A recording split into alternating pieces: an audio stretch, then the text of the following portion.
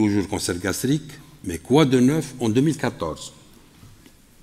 Président, chers collègues, chers maîtres, je tiens d'abord à remercier toute l'équipe organisatrice de ce forum de m'avoir invité. Donc, quoi de neuf en 2014 concernant le cancer de l'estomac? Donc, il y a pas mal de plats que je vais faire sauter parce qu'ils sont déjà présentés par professeur Hamouda. Donc, les cancers de l'estomac sont représentés essentiellement par les adénocarcinomes. Mais il ne faut pas oublier que 5% sont représentés par les lymphomes et donc, de quelques rares de tumeurs stromales, notamment les gystes, ou alors les tumeurs carcinoïdes, les tumeurs endocrines. Donc aujourd'hui, on va parler beaucoup plus essentiellement des nouveautés concernant l'adénocarcinome. Au début, pour définir l'adénocarcinome de l'estomac, c'est de parler d'une néoplasie qui se trouve au-dessous de la jonction oesocardienne de moins de 2 cm. Parce que au-dessus, on parle beaucoup plus de tumeurs du cardia. Et là, le protocole thérapeutique change énormément, ainsi que le pronostic.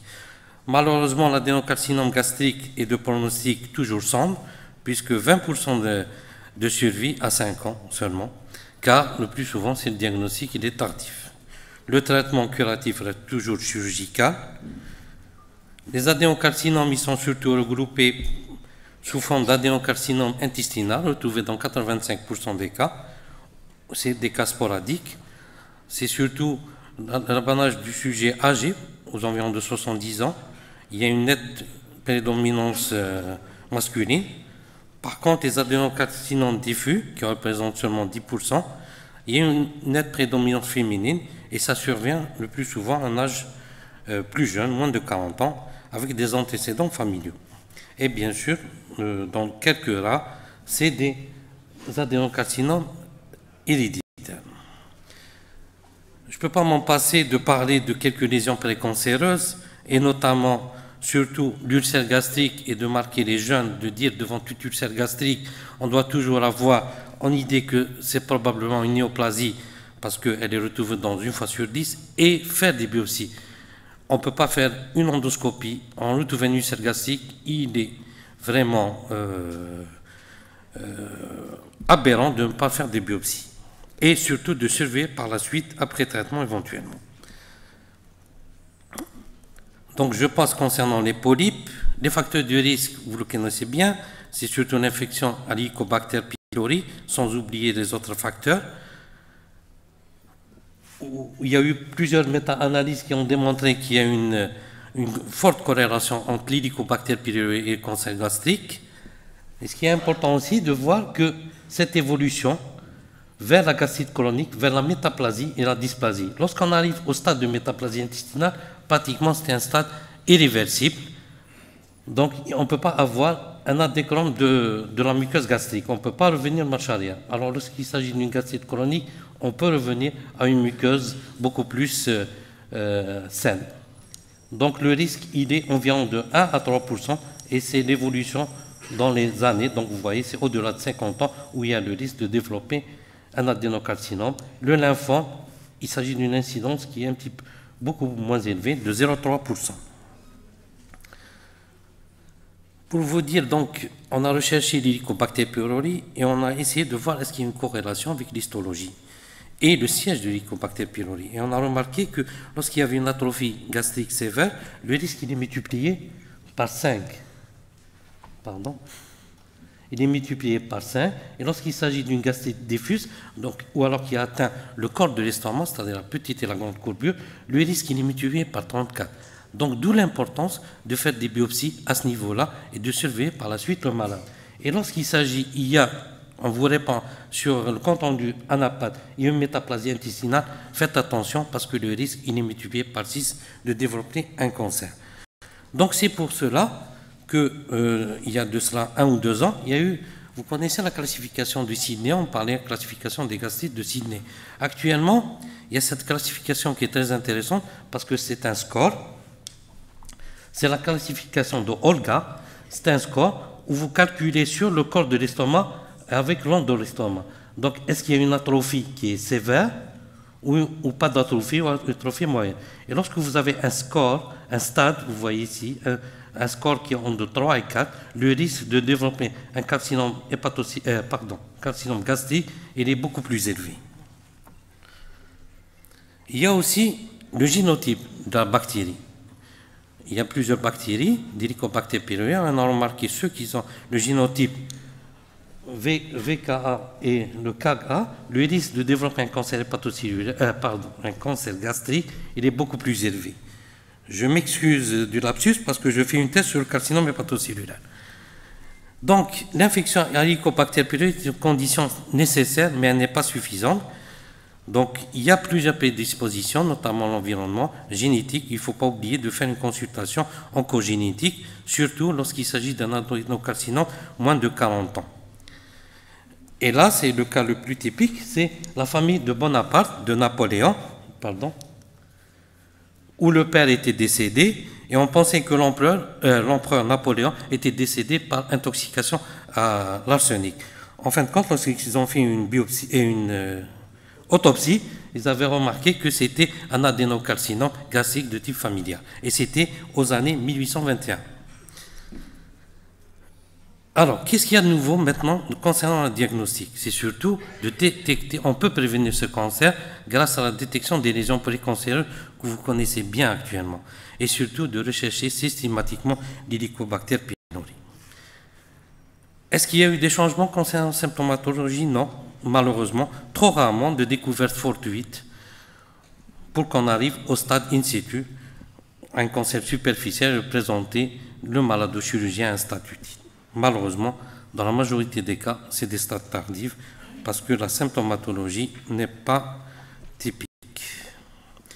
Il y a eu il y a un consensus de Maastricht 2012. Il y a eu toutes ces indications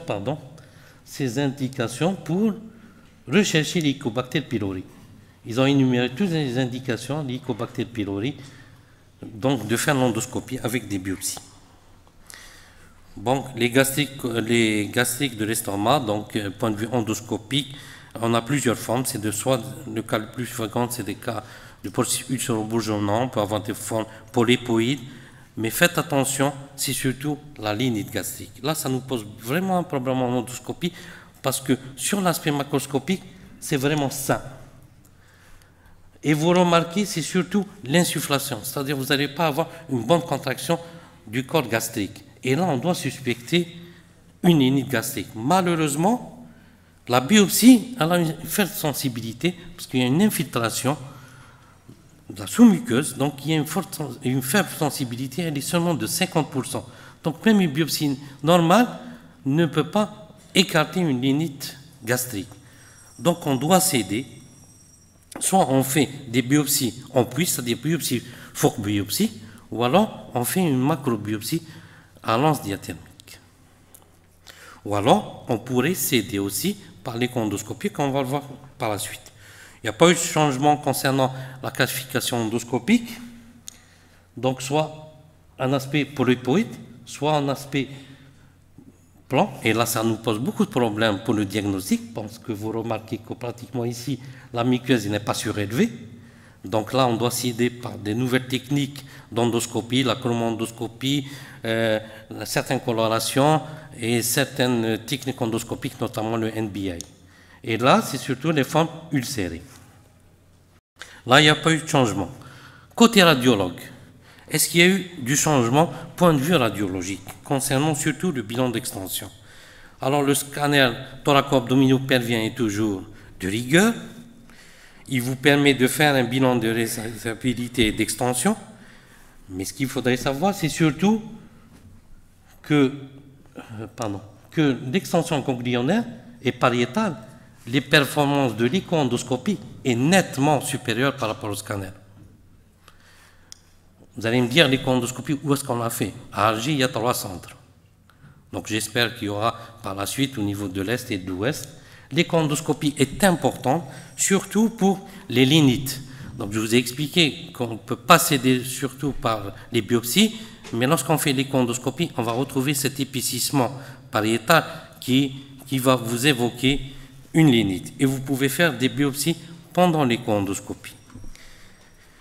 L'écho-endoscopie aussi va permettre d'évaluer l'extension des lésions sur les organes de voisinage. Et c'est important pour le chirurgien, au niveau de l'œsophage, le pylore, le duodénum, donc les deux extrémités. Est-ce qu'il y a une extension ou pas? Et surtout d'évaluer les tumeurs superficielles. Lorsque j'ai un ulcer-bourgeonnement qui est vide dans l'endoscopie, je n'ai pas besoin d'écho-endoscopie, mais je l'ai besoin à des stades vraiment utiles lorsqu'il s'agit de tumeurs superficielles où je peux proposer, par exemple, un traitement endoscopique. Le TOGD actuellement n'est pas systématique. Il a été nettement remplacé par l'écho-endoscopie. L'IRM, ce n'est pas nécessaire de demander l'IRM, c'est surtout le scanner qui est nettement supérieur à l'IRM. Le TEP scan, les marqueurs tumoraux, il n'y a pas d'utilité concernant le diagnostic. La classification, c'est surtout la classification TNM que vous connaissez toujours. Alors, la nouveauté vient beaucoup plus du traitement. Le traitement que vous connaissez suivant le stade TNM. Donc, lorsqu'il s'agit d'un stade précoce, il n'y a pas de traitement. Lorsqu'il s'agit de stades beaucoup plus avancés, il y a une possibilité de traitement. Lorsqu'il s'agit d'un traitement des formes localisées, on peut proposer un traitement endoscopique. Et ça se fait fréquemment, surtout dans les pays asiatiques, notamment au Japon. On peut proposer une musectomie ou alors une dissection submuqueuse. Et ça donne de très bons résultats. La résection chirurgicale, c'est suivant la chirurgie seule, c'est suivant le stade que vous avez, TNM. Et malheureusement, la survie à 5 ans, tout stade confondu, vous voyez. Donc, les résultats, lorsqu'il s'agit du stade 5, pratiquement, il est aux environs de 5%.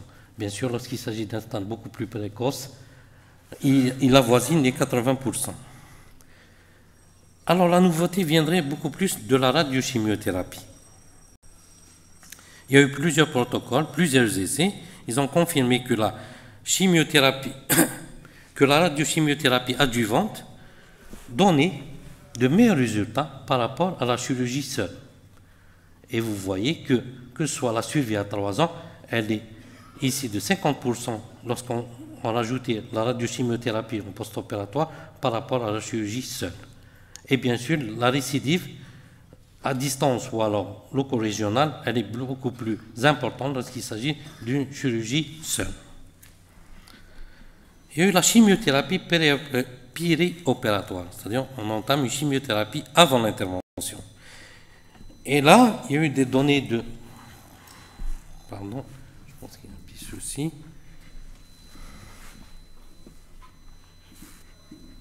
Donc, il y a eu la chimiothérapie périopératoire, et notamment, il y a quelques essais, des essais que ce soit côté européen ou alors côté américain, ils ont confirmé ces données, où il y a eu une nette augmentation par rapport aux patients chirurgie seule ou alors patients ayant reçu une chimiothérapie préopératoire. On donnait 3 cures de chimiothérapie avant l'intervention, on faisait opérer le malade et par la suite, on continuait par 3 cures de chimiothérapie. Et là, les résultats étaient nettement significatifs en faveur du groupe chimiothérapie périopératoire par rapport au malade chirurgie seule.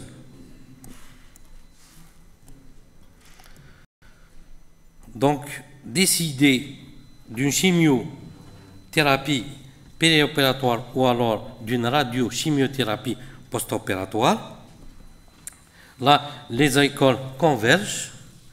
Il y a l'école américaine qui préconise une radiochimiothérapie post-opératoire, donc, et les écoles européennes qui préconisent une chimiothérapie périopératoire qui est beaucoup plus intéressante. Alors, qu'en est-il en Algérie? Donc, vous savez bien que proposer le protocole radiochimiothérapie avec les rendez-vous de radiothérapie très loin, c'est pratiquement irréalisable. Donc, depuis quelques années, 1 année ou 2 ans, on préconise tout malade qui a un adénocarcinome de l'estomac qui est localement évolué, on préconise une chimiothérapie, 3 cures de chimio, 3 ou 4 cures de chimiothérapie, et par la suite, le malade doit être opéré rapidement. Donc ça nous a permis d'avoir des rendez-vous fixes avec nos amis chirurgiens, parce que les rendez-vous ils étaient loin. Ça nous a permis d'avoir un recul de 2 mois, de faire la chimiothérapie, de proposer le malade en chirurgie à temps, et par la suite, compléter par 3 ou 4 cures de chimiothérapie. Et les résultats, en pratique, ils sont très intéressants. Donc, chirurgie isolée, actuellement, n'est plus le standard de traitement, que ce soit aux États-Unis ou alors dans les pays européens. Donc, certains, comme je vous ai dit, préconisent radiochimiothérapie post-opératoire et les autres chimiothérapies périopératoires. Concernant le traitement des formes évoluées et métastatiques, dommage que ça ne sort pas sur... donc j'espère que vous voyez sur le téléviseur. Donc, ils ont essayé, comme ils ont fait pour les cancers colorectaux, de rechercher un driver moléculaire.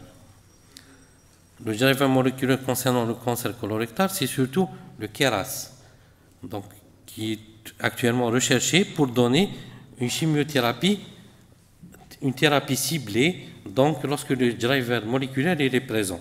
Donc on a essayé de chercher ce driver moléculaire dans le cancer de l'estomac, et on a retrouvé qu'il y avait un anticorps monoclonal recombinant qui agit sur les récepteurs HER2, comme celui du cancer du sein. Il y avait une surexpression de cet anticorps monoclonal HER2. Donc comment faire le HER2? C'est facile. Il suffit de récupérer n'importe quel bloc de paraffine sur la biopsie, que ce soit endoscopique ou alors sur la pièce opératoire, et de demander ça par immunohistochimie. Donc, et ça se fait sur Alger, il n'y a pas de souci. Vous pouvez demander la HER2, mais vous la demandez que seulement dans les formes métastatiques. Donc, il n'y a pas pour l'instant l'indication des anti-HER2 dans les formes localement, c'est-à-dire il y a une extension loco-régionale, donc seulement dans les formes métastatiques. Et malheureusement, le taux de positivité du HER2 n'est retrouvé que seulement dans 22% des cas des cancers de l'estomac. On ne peut pas le retrouver dans tous les cas, seulement 22%, mais si vous le retrouvez, vous pouvez mettre le malade sous anti-HER2.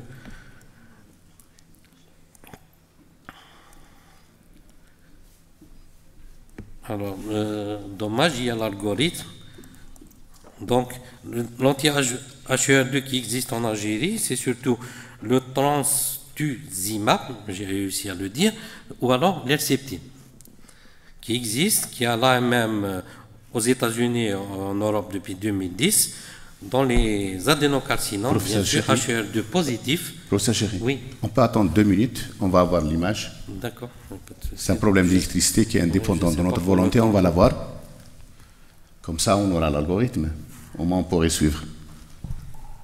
Et je remercie les gens d'en haut qui sont en train de faire tous leurs efforts pour voir qu'on connaît l'image.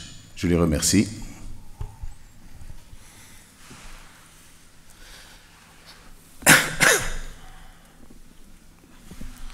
Voilà, vous avez l'image. Oui, donc le traitement des formes localement évoluées et métastatiques, donc on a essayé de rechercher le driver, je vous en ai parlé, c'est surtout l'anticorps monoclonal recombinant qui agit sur les récepteurs HER2.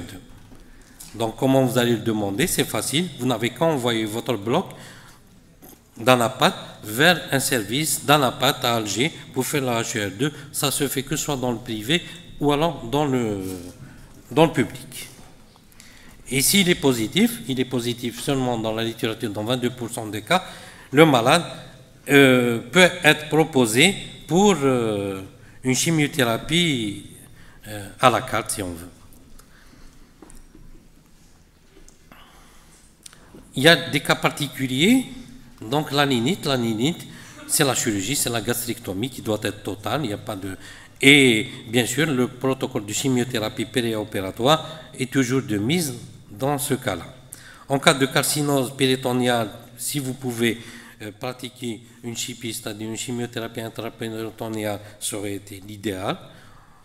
En cas de tumeur primitive symptomatique, on peut proposer, s'il y a une contre-indication à l'intervention, proposer une radiothérapie ou alors des injections de plasma argon lorsqu'il s'agit de tumeurs hémorragiques ou éventuellement proposer une prothèse pour les obstructions.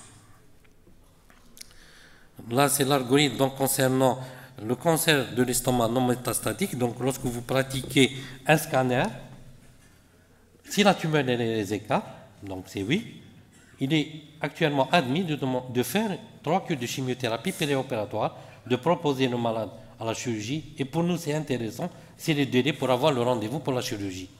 Et compléter 3 cures de chimiothérapie. Et le résultat, il est vraiment très intéressant. Il y a certaines écoles, donc surtout américaines, qui préconisent de faire une chirurgie avant et de proposer, si le malade il est R0, c'est-à-dire les limites sont saines, de proposer une radiochimiothérapie. Si ce n'est pas le cas, on revient ici à une chimiothérapie 3 cures. Donc si la tumeur n'est pas résecable, donc on préconise une chimiothérapie, faire une évaluation après 3 cures. S'il y a une amélioration, si on peut représenter le malade dans la chirurgie, tant mieux. S'il n'y a pas, on fait une chimiothérapie de deuxième ligne. Vous allez me dire, quelle est la chimiothérapie de première ligne? Il n'y a pas de consensus. Il y a ici les différents protocoles, donc on peut voir le CF, donc à base de 5FU, l'oxaliplatine, Folfox, et faire le HER2, n'oubliez pas, lorsqu'il s'agit de formes métastatiques. Lorsqu'il s'agit donc des formes métastatiques, surtout sténose hémorragique, on peut proposer la chirurgie palliative, la radiothérapie ou alors la prothèse endoscopique. Et bien sûr, lorsqu'il s'agit toujours métastatique, proposer les anti-HER2. Et s'il y a une réponse, il faut poursuivre la chimiothérapie. S'il n'y a pas de réponse, discuter une chimiothérapie de deuxième ligne. C'est un cancer où on peut proposer un traitement préventif. On connaît bien les lésions précancéreuses. Ils sont bien identifiés, donc il faudrait s'aider par l'endoscopie et les biopsies. Et n'oubliez pas d'éradiquer l'Helicobacter pylori parce que c'est un facteur déclenchant dans la majorité des cas des cancers. En conclusion, quoi de neuf? Donc on revient, est-ce qu'on a répondu? Pensez à l'adénocarcinome héréditaire, patient jeune, moins de 40 ans, il faut y penser, dépister le reste de la famille. N'oubliez pas la surveillance des lésions précancéreuses. Le bilan d'extension, il n'y a pas d'intérêt actuellement de demander un TOGD, l'IRM ou alors un PET scan ou alors les marqueurs, ça ne sert à rien. Il faudrait mieux s'aider par le scanner et si vous pouvez, l'écho-endoscopie dans les formes précoces. Et surtout, n'hésitez pas à demander l'immunohistochimie HER2 dans les formes métastatiques. En conclusion, il n'y a pas de consensus international sur la meilleure chimiothérapie de deuxième ligne actuellement en 2014. Ce qui est sûr, il y a des résultats avec la chimiothérapie périopératoire, il y a des résultats aussi avec la radiochimiothérapie post-opératoire, si vous pouvez l'indiquer. Le traitement standard est chirurgical, mais pas seul, en 2014. Il faut en discuter en RCP. Et je vous remercie de votre attention. Merci.